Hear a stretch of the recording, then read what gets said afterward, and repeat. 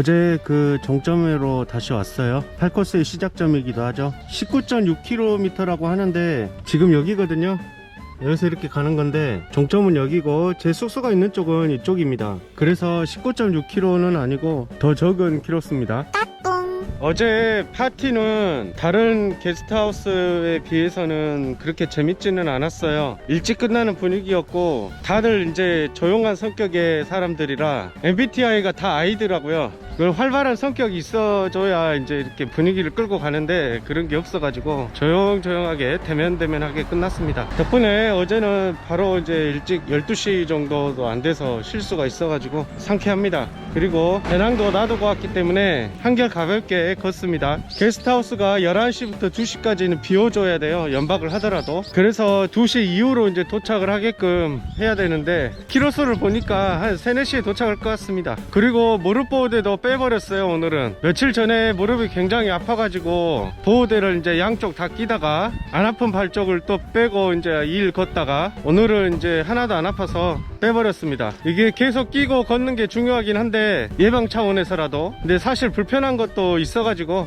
일단 오늘 하루 가방도 없으니까 가방이 있으면 제가 이제 차고 다니겠는데 배낭도 없기 때문에 좀 편하게 가려고 보호대도 빼버렸습니다.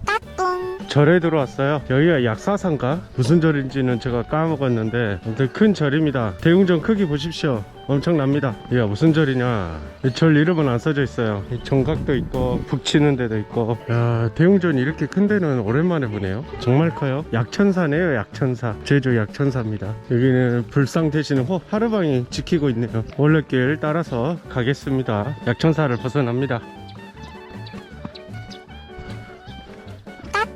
제가 이 길을 일주일 이상 걷고 있는데 살이 빠진다는 느낌이 전혀 안 들어요. 제 순례길 걸었을 때와 비교를 하면 순례길은 일주일 만에 배가 홀쭉 들어간 것 같다는 그런 느낌이 들었거든요. 차이점이 뭔가 생각을 해봤더니 순례길은 첫날부터 엄청나게 힘들었어요. 그리고 입맛도 없고 그래서 뭐 먹지를 않았는데 가방 무게도 무게고 거리수도 올레길에 비하면 길고 해서, 그리고 또 기후가 여기보단 좀 더웠죠. 초반에 특히 땀도 많이 나고. 근데 이 제주는 바람이 많이 불어주고 덥지 않고 거리수도 순례길에 비하면 3분의 2 정도, 난이도 자체도 오름 정도 올라가는 정도라 그렇게 힘들지가 않아요. 가방 무게도 한 2분의 1은 줄어들었고, 그리고 먹는 거 여기는 한식 위주로 먹다 보니까 탄수화물을 아무래도 먹게 돼요. 탄수화물을 먹게 되면 사람의 에너지를 탄수화물부터 쓰고 지방, 단백질 이렇게 가는데 순례길 걸었을 때는 쌀 구경을 거의 못했고 고기 종류로만 먹다 보니까 지방 연소가 더 빨리 됐던 것 같아요. 그렇다고 여기서 고기만 먹기에는 비용이 만만치 않고 해서, 그렇다면 양을 적게 먹어야 되는데 제가 1인분을 다 먹지는 않거든요. 식당에 가면 국밥 같은 거 이런 거 시키더라도 절반은 남겨요. 국물은 거의 남기고 공기도 반 공기만 먹고 건더기만 이렇게 집어 먹는데, 그래도 아무래도 탄수화물 먹다 보니까 그렇게 되는 것 같습니다. 하루 그런 그 칼로리를 점심 저녁 아침에 또 빵까지 먹잖아요. 탄수화물로 그냥 다 대체를 하고 있는 것 같아요. 그래서 유지만 하는 정도에 더 이상 찌지는 않지만, 만약에 제가 이제 탄수화물을 안 먹고 그야말로 고기만 먹고 다니면 살을 빠질 것 같아요. 근데 여기 환경 자체가 그렇게 되지를 않으니까 게스트하우스에서 제가 조리를 해 먹을 수 있다 하면 저 농협 하나로마트나 이런 데서 고기 사다가 구워 먹으면 되거든요. 근데 그런 환경은 안 되는 것 같더라고요. 그게 좀 아쉽긴 합니다. 그래도 한 2, 3kg라도 빠졌으면 좋겠는데. 배낭 없이 걸으니까 아무래도 파워워킹을 하게 되면서 운동이 더 된다는 느낌도 들어요. 배낭을 메고 있으면 천천히 걷게 되거든요. 발에 통증도 있다 보니까. 근데 배낭이 없으니까 약간 더 씩씩하게 걷는다고 해야 될까? 파워워킹을 하게 됩니다. 지금 시간은 10시고 13.7km 남았어요. 숙소까지. 종점까지는 이제 더 가야 되지만 4시간 30분 정도 걸릴 것 같습니다. 길 중에 바닥에 보면 초록색이잖아요. 이 초록색이 약간 푹신푹신 거립니다. 주황색 길이 있는데 주황색 길은 딱딱하고요. 사람이 걷기에는 이 초록색 길이 딱 좋은 것 같아요. 아니면 잔디밭 같은 이 풀길이나 그냥 아스팔트 길은 딱딱해서 아파요. 오래 걸으면. 저 다음 쉴 곳이 곧 나올 거예요. 한 2km 걷고 쉬는 것 같습니다. 이 참새들이 걷는 거 보면 걷는다기보다도 총총총총 뛰어다녀요. 날거나 뛰거나 뒤뚱뒤뚱 걷지는 않네요. 총총총총 뜁니다.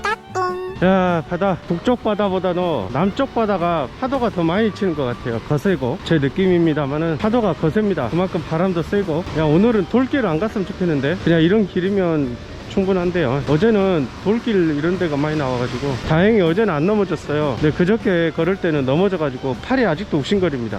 파도 치는데 가도 되나? 이런 돌길은 양반인데 그야말로 자연의 돌길. 가도 되는지 모르겠네. 괜찮은 것 같아요. 괜찮네. 이런 길이 제일 힘들어요, 저한테는.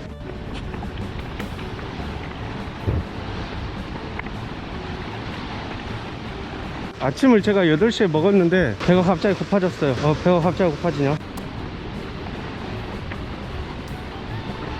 자, 이런 길은 카메라를 되도록 안 켜고 가겠습니다. 이거 넘어져요, 잘못하다가. 배낭이 없어서 이제 조금 켰는데 그래도 휘청휘청 거리네요. 이 돌 잘못 밟으면, 돌이 동글돌이라 이런 산 쪽은 그나마 괜찮은데 아까 바닷가 쪽은 돌이 동글동글 해가지고 잘못 밟으면 휘청하면서 넘어집니다. 다행히 제가 스틱이 있어가지고 잽싸게 뛰어난 운동 실력으로 이게 짚었지만은 잘못하면 넘어집니다. 저쪽 길로 나갑니다. 아이고. 이 돌을 밟게 되면 발바닥이 어느 한 포인트로 밟게 돼가지고 발이 굉장히 아프더라고요. 3km 지점. 나 갑자기 배가 고파지네요.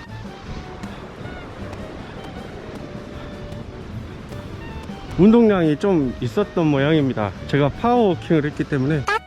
여기가 중문 주상절리대라는데 무료로 관람을 하실 수가 있고요.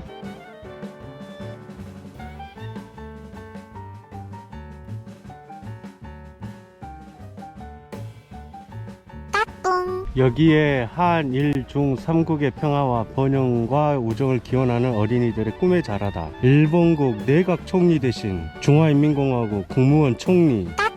8코스 중간 지점 스탬프를 지나쳐 버렸어요. 그것도 꽤 많이. 야, 이거 되돌아가기는 싫고 그냥 진행하려고 합니다. 바로 종점 찍어도 될런지는 모르겠어요. 근데 이것 때문에 다시 되돌아가기는 데미지가 있어서 그냥 지나쳐 갈 거예요. 만약에 완주가 안 되더라도 저는 완주했으니까 이거는 뭐 형식적인 거니까요. 이 중간 지점에 한참 못 미치는데 중간 지점이라고 딱 돼 있네요. 근데 그거 알람을 제가 못 듣고 그냥 지나쳐 버렸어요. 야, 종점까지는 13.8km인데 숙소까지는 더 가까울 거예요.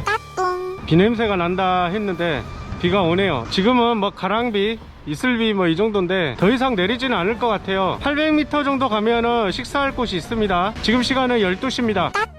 이제 숙소까지 6.5km 정도 남았습니다. 1시간 이상 걸어가야 되는데 2시간까지 걸리려나요? 지금 시간은 오후 1시입니다. 아이고, 얼른 들어가서 쉬고 싶네요. 오늘 뭐 힘든 그런 건 없었는데 중간 스탬프 안 찍은 거 그게 멘탈이 좀 나가네요. 아무리 형식적으로 이렇게 한다지만 그래도 바로 종점 찍으면 어떻게 될지도 궁금하고요.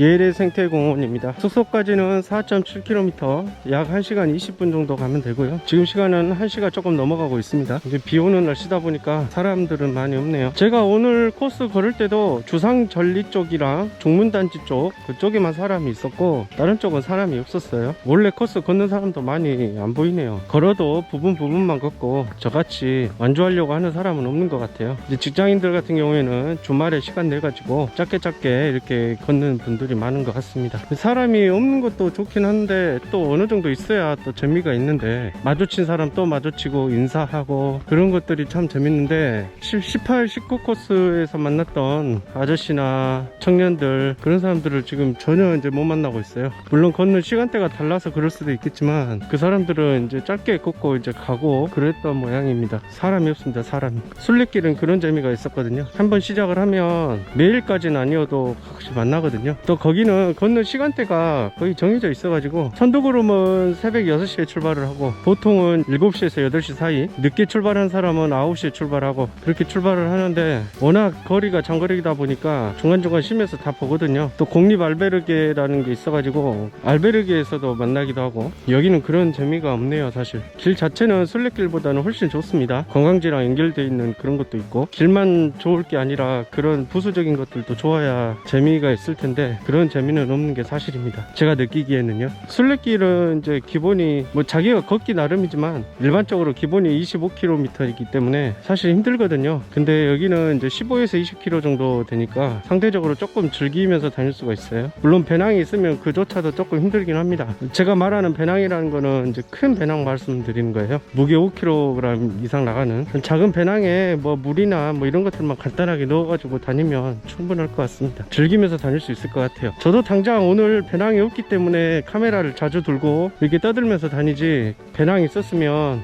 스틱 잡는데 몰두하느라고 카메라를 자주 못 꺼내거든요. 쉴 때만 딱 꺼내서 말을 하지, 배낭 메고 다닐 때는 스틱을 짚어야 걷기가 조금 더 편하고 발도 덜 아프고 막 그래요. 그 이유 때문이라도 배낭이 없으면 스틱을 굳이 짚을 필요가 없다는 거. 물론 스틱 짚으면 속도가 또 빨리 붙기는 해요. 뭐 횡설수설했는데 무슨 말을 했는지도 모르겠습니다. 편집이 될지 그대로 쓸지는 모르겠네요.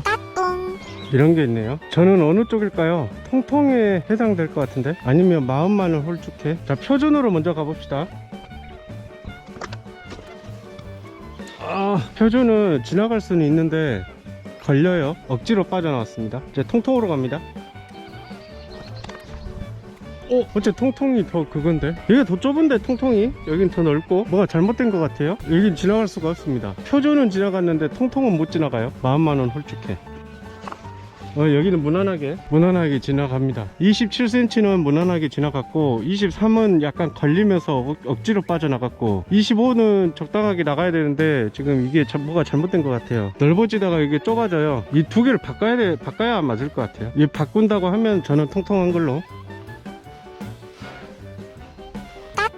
이제 바다가 나왔습니다. 이제 해안가로만 이제 걸어가면 숙소가 나옵니다. 영화 마녀 촬영을 여기서 했나봐요. 마녀 본 적이 없는데 공포 영화 같은 느낌이 드는데요. 한번 기회되면 찾아보겠습니다. 자, 이제 한 1.5km 정도 남은 것 같은데요, 느낌상. 드디어 숙소에 도착했습니다. 여기서 정점까지는 1km고요 종점은 내일 찍는 거고. 야, 오늘은 좀 씻고 쉬어야 되겠네요. 어제 묵었던 친구들은 다 나갔을 거고 이제 새로운 친구들이 수혈이 되겠네요. 쉬었다가 방에 들어갈게요.